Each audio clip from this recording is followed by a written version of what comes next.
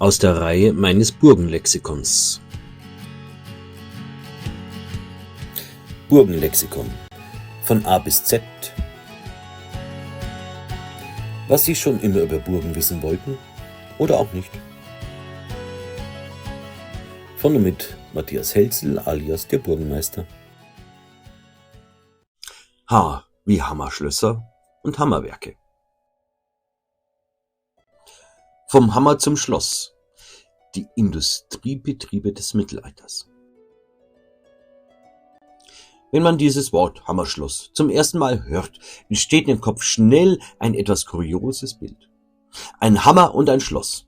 Vielleicht ein Schmied, der mit voller Wucht auf ein Türschloss einschlägt und stolz verkündigt: Seht her, ein Hammerschloss.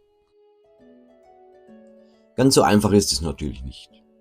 Ein Hammerschloss ist weder ein Werkzeug noch ein besonders stabiles Verhängeschloss. Es ist auch kein Schloss, das man mit dem Hammer öffnet oder zerstört. Vielmehr verbirgt sich hinter diesem Begriff ein ganz eigener Typ von Herrensitz. Ein Schloss, dessen Ursprung nicht im ritterlichen Turnier oder im höfischen Glanz liegt, sondern in Hitze, Wasserkraft und wirtschaftlicher Organisation. Denn um zu verstehen, was ein Hammerschloss ist, müssen wir zuerst dorthin gehen, wo Eisen geschmiedet wurde, wo Wasserräder sich drehten und schwere Hämmer im Takt auf ein glühendes Metall schlugen. Ohne Hammerwerk kein Hammerschloss. Das Hammerschloss ist das bauliche Ergebnis wirtschaftlicher Macht. Es steht am Ende einer Entwicklung, die im Erzabbau und Rennöfen beginnt und schließlich zu Herrensitzen mit Hofmarkrechten und eigener Gerichtsbarkeit führt. Bevor wir also das Schloss betreten, werfen wir zunächst einen Blick in den eigentlichen Industriebetrieb des Mittelalters, das Hammerwerk. Das Hammerwerk. Die Nutzung von Eisen in Mitteleuropa reicht bis in die vorrömische Eisenzeit zurück. Entscheidend für die wirtschaftliche Blüte im Hoch- und Spätmittelalter war jedoch die technische Weiterentwicklung der Eisenverarbeitung. Seit dem 8. und 9. Jahrhundert sind im mitteleuropäischen Raum sogenannte Rennöfen nachweisbar. In ihnen wurde Eisenerz unter Einsatz von Holzkohle reduziert. Das Ergebnis war die sogenannte Luppe. Ein teigiges, schlackenreiches Eisenstück, das erst durch wiederholtes Ausschmieden von Schlacken gereinigt und verdichtet werden musste. Schauen wir uns diesen Rennofen genauer an. Wir haben den Ofenschacht. Links und rechts natürlich rundherum die Ofenwände. 2 Tondüsen, die die Hitze abgeben. Und jeweils im Wechsel geschichtet mit Holzkohle und Erz. Und schließlich, wenn alles gut durchgebrannt ist, haben wir unten die Luppe. Das Hammerwerk, auch Eisenhammer oder Hammerschmiede genannt, war ein spezialisierter Produktionsbetrieb. Sein zentrales Element war der sogenannte Schwanzhammer. Technisch beruht diese Konstruktion auf einem Wasserrad, das über eine Welle mit radial angebrachten Nocken, sogenannten Daumen, verbunden war. Diese hoben das hintere Ende des Hammerstiels regelmäßig an. Sobald die Nocke wieder weiterlief, fiel der Hammerkopf mit großer Wucht auf das glühende Werkstück zurück. Hier eine Skizze des Prinzips des Hammerwerks. Wir haben das große Rad, das durch Wasserkraft angetrieben wird, und rechts den Hammer, den sozusagen dann die Daumen auf und ab hämmern lassen. Und hier eine Originalwelle. Mit Wasserrad, die Welle und die Daumen, die den Hammer auf und abschlagen lassen. Und hier das Herzstück des Hammerwerks, die Hämmer, die sogenannten Schwanzhämmer. Dieses Prinzip ermöglichte eine erhebliche Kraftsteigerung gegenüber der Hammerschmiede. Die Schläge erfolgten gleichmäßig, die Bearbeitung wurde effizienter, schneller und kontrollierter. Um dem Dauerbetrieb standzuhalten, war die Hammerbahn häufig mit Stahl verstärkt. Im Laufe des Mittelalters und der frühen Neuzeit differenzierten sich verschiedene Hammerarten aus. Renn- oder Luppenhämmer dienten dem Ausschlagen der Schlacke aus der Luppe. Zeinhämmer stellten genormte Eisenstäbe her, die als Handelsware dienten. Blochhämmer zerteilten größere Eisenstücke, während Blechhämmer Platten erzeugten, unter anderem für Rüstungen. Spezialisierte Waffenhämmer produzierten Klingen, Lanzen, Spitzen und andere militärische Ausrüstung. Ein Hammerwerk war stets eine komplexe Anlage. Es umfasste neben Hammergebäuden einen Stauweiher, ein System von Werkskanälen, Kohlenlager, Erzhalden sowie weitere Nebengebäude. Die Standortwahl war daher zwingend an ein Gewässer gebunden. Ohne Wasserkraft war der Betrieb eines Hammerwerks nicht möglich. Hier sehen wir als Beispiel das Rittergut Metzenhof in der Oberpfalz. Heute existiert dieses leider nicht mehr. Wir sehen im oberen Bild die riesigen Anlagen mit Nebengebäuden. Ganz links der Kamin markiert sozusagen das Hammerwerk, was wir unten links im Bild neben dem Hammerschloss auch nochmal sehen. Und ganz rechts sogar ein Holzwerk war dort angeschlossen an dieses Hammerwerk. Die Oberpfalz, Eisenregion des Mittelalters. Besondere Bedeutung erlangte die Oberpfalz, insbesondere der sogenannte Nordgau. Hier war der Eisenerzabbau bereits in vorgeschichtlicher Zeit nachweisbar.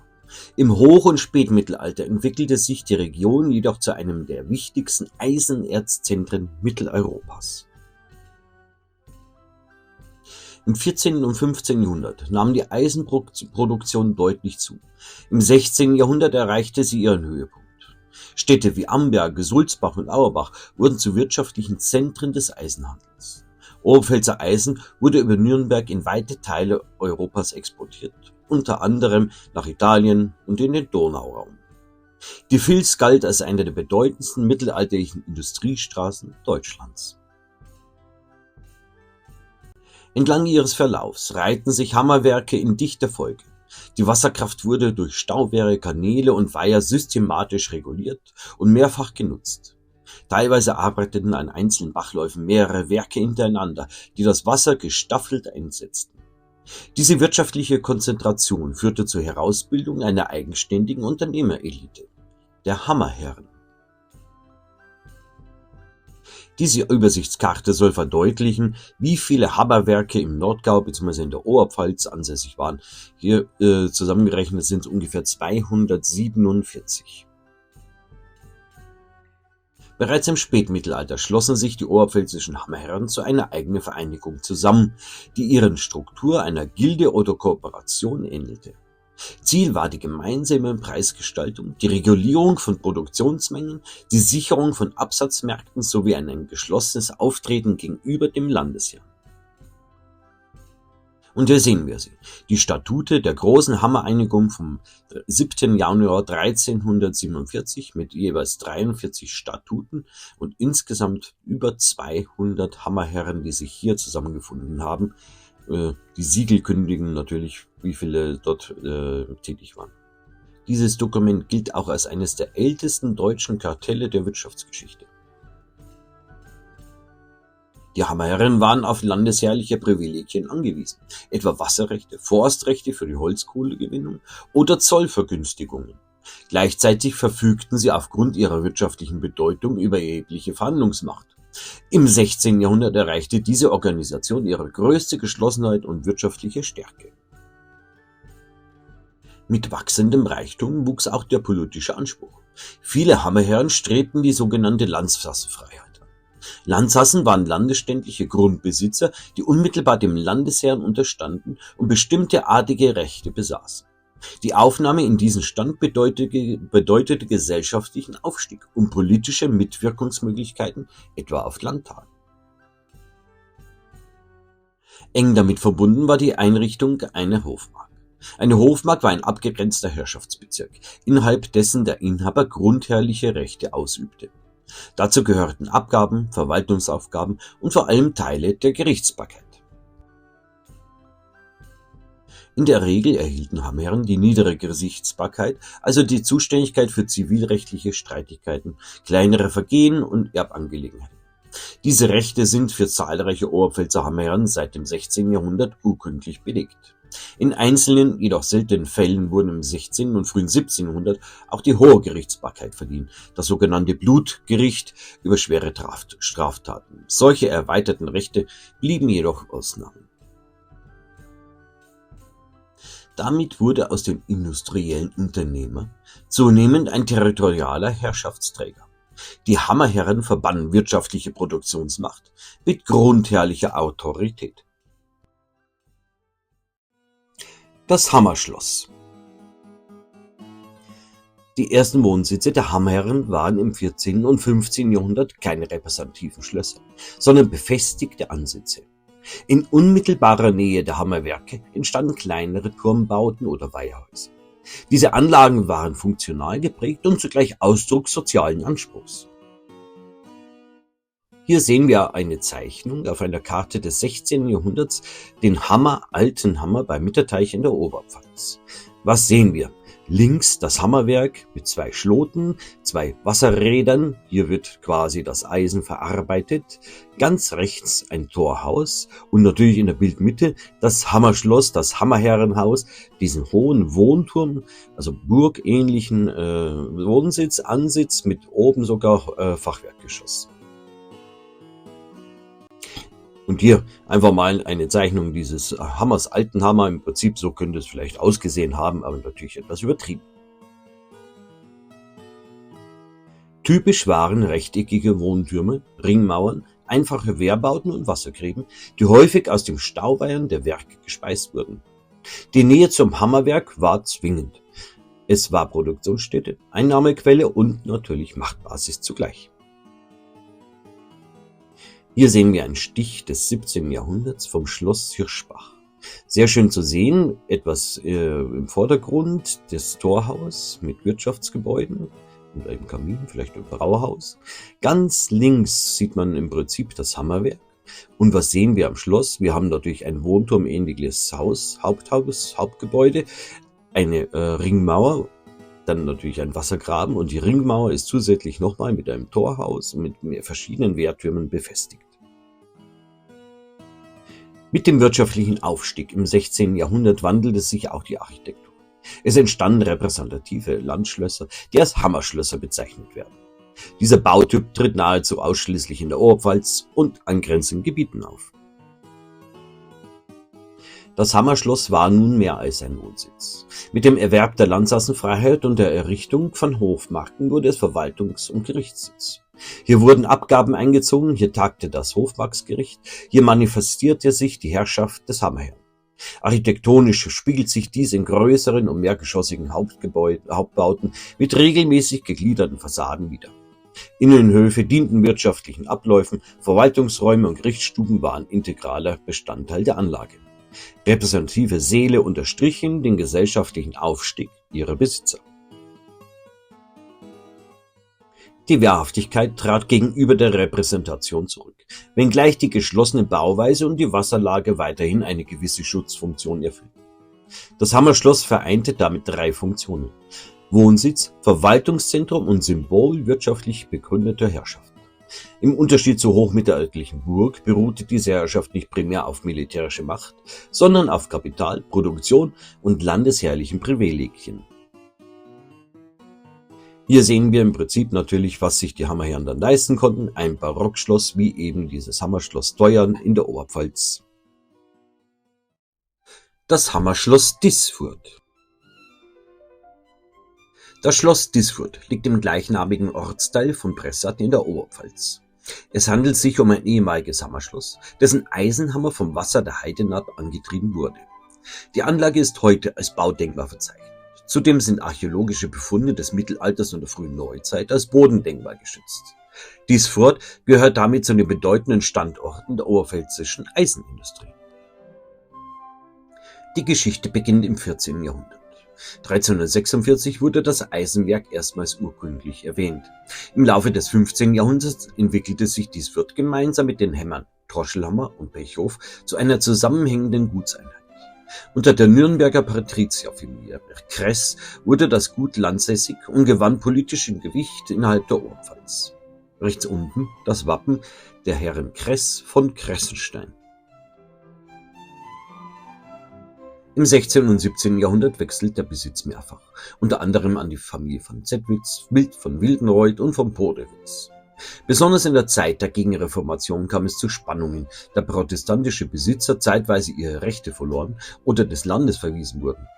Dennoch blieb der Hammerbetrieb bestehen. Noch 1666 wird der Schienhammer zu Disfurt als gangbar erwähnt. Im 18. Jahrhundert kam Disfurt schließlich an Joseph von Heltmann, ehe 1808 die Landsassenfreiheit eingezogen wurde. Die weitere Entwicklung verlief im Zuge der bayerischen Verwaltungsreform. Die Geschichte Disfurts zeigt eindrucksvoll, wie eng wirtschaftliche Produktionsmacht und adlige Herrschaft in der Oberpfalz miteinander verbunden waren. Gerade Disfurt ist ein besonders anschauliches Beispiel für die Entwicklung eines Hammerschlosses. Auf alten Karten lassen sich nicht nur der Hammerwerksbetrieb und die Wirtschaftsgebäude nachvollziehen, sondern auch das sogenannte Alte Schloss, eine Turmanlage des 14. Jahrhunderts. Genauso müssen wir uns die ursprünglichen mittelalterlichen Hammerschlösser vorstellen, als befestigte Wohntürme mit Ringmauer und Wassergraben. Hier sehen wir auf dem Urkataster die Ortslage von Disfurt bzw. des Schlosses. Hier etwas näher gezoomt die Lage Schloss, Wirtschaftsgebäude und Hammerwerk. Hier markiert einmal rechts das alte Schloss und links das neue Schloss. Ein Rundturm als Rest der ehemaligen Ringmauer. Hier markiert Hammerwerk und Wirtschaftshof. Hier das Luftbild der heutigen Anlage in Disfurt. Wir haben den Wohnturm des alten Schlosses, den Rest der Ringmauer mit dem Rundturm und das neue Schloss aus der Barockzeit. Vielleicht können wir uns das alte Schloss zu Disfurt so vorstellen wie links den Wohnturm mit Zugbrücke. Muss nicht unbedingt eine Zugbrücke sein, aber zumindest befestigt und im Wasser. Und rechts sehen wir das Originalbild mit dem wunderschönen Renaissancewerk. Von dieser frühen Turmburg haben sich neben dem Turm noch Reste der Ringmauer und ein Rundturm erhalten. Teiche deuten auf den ehemaligen Wassergraben. Der spätgotische Wohnturm wurde 1526 durch ein Maßwerk ergänzt. Solche Turmschlösser sind inzwischen auch archäologisch als Hammerschlösser nachgewiesen, etwa in Rauenstein bei Auerbach. Disfurt steht somit exemplarisch für diesen Bautyp. Mit dem Aufstieg der Hammerherren im 16. Jahrhundert wuchs der Wunsch nach Repräsentation. Man ergänzte die mittelalterlichen Anlagen um repräsentative Elemente und vermutlich um eine Gartenanlage. Doch der Anspruch auf Wohnkomfort und standesgemäße Selbstdarstellung ging noch weiter. Hier nochmal Gesamtbild, altes Schloss rechts und barockes neues Schloss links. So entstand neben dem alten Turmschloss ein barockes neues Schloss. Im Kern reicht es ins 16. Jahrhundert zurück, wurde jedoch im 18. Jahrhundert ausgebaut. Mansardwalmdach, geordnete Fensterrahmen und Putzgliederung verleihen ihm ein repräsentatives Erscheinungsbild. Die Entwicklung von Disfurt zeigt damit exemplarisch den Wandel vom wehrhaften Turmsitz des mittelalterlichen Hammerherrn zum repräsentativen Schloss eines frühneuzeitlichen Herrschaftsträgers. Entlang der sogenannten Bayerischen Eisenstraße, etwa in Schmidmühlen, Röthenbach oder Dieteldorf, finden sich zahlreiche weitere Anlagen. Sie bilden ein kulturhistorisches Ensemble, das die wirtschaftliche Blüte der Region vom 14. bis ins 18. Jahrhundert dokumentiert. Noch einmal eine Übersicht von Hammerschlössern in der Oberpfalz. Links oben, das kennen wir ja schon, Teuern, rechts Disfurt. Dann links sehen wir Schloss Hauenritz, umgeben von Wirtschaftsgebäuden und in der Mitte wieder der Wohnturm. In der Mitte das Schloss Förtschau, eine der bedeutendsten Waffenschmieden, also Waffenhämmern Bayerns. Rechts sehen wir das heutige Schloss Hirschbach, das wir auch schon auf einem Stich kennengelernt haben. Schlussgedanke. Das Hammerschloss ist kein Relikt ritterlicher Feudalherrschaft, sondern ein Denkmal wirtschaftlicher Macht. Es steht für eine Epoche, in der technischer Fortschritt, Ressourcennutzung und sozialer Aufstieg eng miteinander verbunden waren. Der Hammer wurde zur Grundlage neuen Reichtums, das Schloss zum sichtbaren Ausdruck dieses Erfolgs. In dieser Verbindung liegt die Besonderheit des Hammerschlosses. Es markiert den Übergang vom wehrhaften Adelssitz zur wirtschaftlich begründeten Territorialherrschaft und gehört damit zu den bemerkenswerten Sonderformen der Burgen- und Schlösserarchitektur im deutschsprachigen Raum.